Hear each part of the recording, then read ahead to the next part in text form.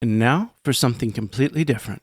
What's up, board game people? Today, tabletop games are starting to invade the channel. Now, I'm not turning into a Warhammer or Games Workshop channel, but I do play these games, and there will be some Warhammer and tabletop content sprinkled in as we go. If you like this type of content and want to see more, please consider subscribing and hitting the like button. I understand these videos won't be for everyone, so I'll have another Kingdoms Forlorn video coming out soon, and even more board game content on the way. Now, as always, I do not work for any game companies, and I've not received any money for this video, so I'm making it because I want to. Any opinions are my own. If we disagree on something, that's fine. Let me know in the comments. I'd love to hear what you think.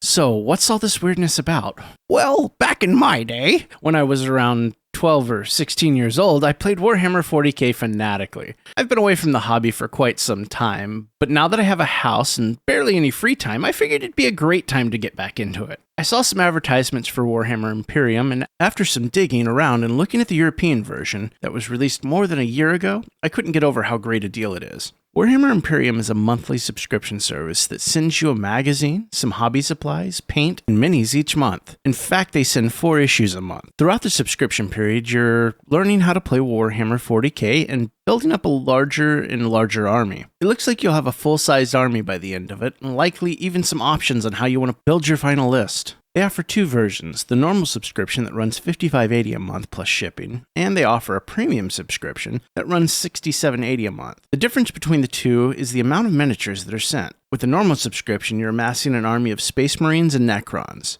With the premium subscription, you also receive squads of Chaos Space Marines, Tau, Tyranids, and Space Orcs. Now, this is only a great deal if you're going to actually play with the armies they're providing. I have some old Eldar and Tau units laying around in boxes. Heck, I'm sure I even have some Space Marines somewhere as well. I've always wanted a Necron army, and having a Space Marine army just makes sense since they're usually easy to teach someone to play with. So I figured this would be a great jumping off point to get me and my wife into the game. Once we build, paint, and play with enough of these, we can make decisions on what to buy next.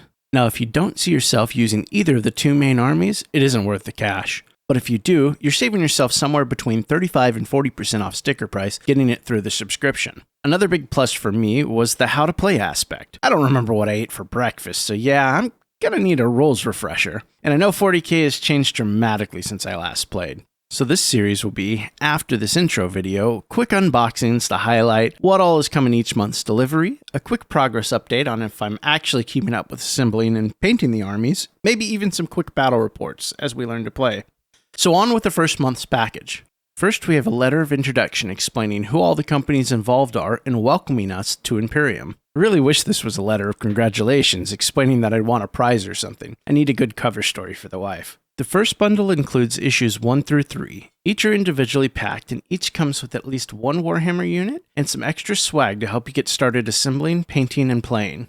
Issue 1 comes quite loaded with goodies. First, we have a large fold-out poster with a welcome message showing all of the minis that the set will include. It's going to be a huge army. I'd seen this picture before, but I guess the poster really put this into perspective for me. This is going to be massive by the end. Don't tell my wife. The poster also shows the free hobby materials and such that you'll be getting as time goes by. It also includes a fold-out double-sided map to play the first few intro scenarios they outline in the magazine on. The map has some cutout tokens, which would have been better if they were perforated. I'll get around to cutting these out, but until then, they'll stay where they are. The issue also includes a nice lore fold-out that will slot into the binders once they arrive. This fold-out has a great picture of what the 2 main forces look like when they're painted and ready for battle. It's nice to see a preview of how we might be able to paint our army. I doubt mine will look this nice, but we'll see. The magazine comes with a flimsy, nasty-looking glue line down the edge. It falls apart as you flip through it. I understand that these were hole punched and meant to be placed into binders that they make you buy, but they don't send those binders until you have enough issues to fill them. The binding should have been better to hold up at least until the binders came in. This was pretty unacceptable in my eyes. Now I have to be super careful with these for 3 more months until the first binders show up. The issue comes with a pretty nice inlaid see-through ruler, 2 bases, or 2 units, the Primaris Lieutenant and the Royal Warden, 6 small 6-sided dice. So with just the first issue, you're able to table 2 assembled minis, play through a short scenario, and start learning to play. It's not too bad.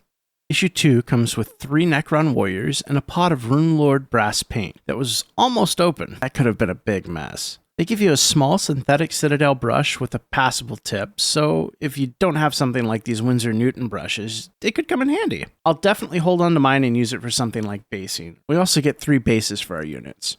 The magazine again is falling apart as soon as I open it. Maybe it's not that big of a deal, but it's something that's really irking me. In the magazine, we get some lore articles, we get a good look at the painted version of the units for that issue, a battle record, an assembly guide for the miniatures, and then some painting tips and tricks. This issue goes over the Citadel line of tools. I don't know many Citadel tools, or paints for that matter, but anything will do for a water pot, and any decent brushes and clippers should work for assembly and painting. Everything is push-fit, so little to no glue is needed unless you're worried about handling. The painting guide takes you step by step through the painting process for that issue's units. Seeing as we only have one paint pot with this issue, they show you how and what to base coat, and I guess we'll leave it at that until later issues.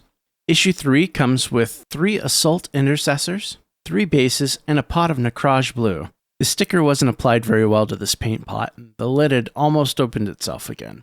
Thankfully it did not. The back of this magazine gives a little teaser of what's to come in issue 4.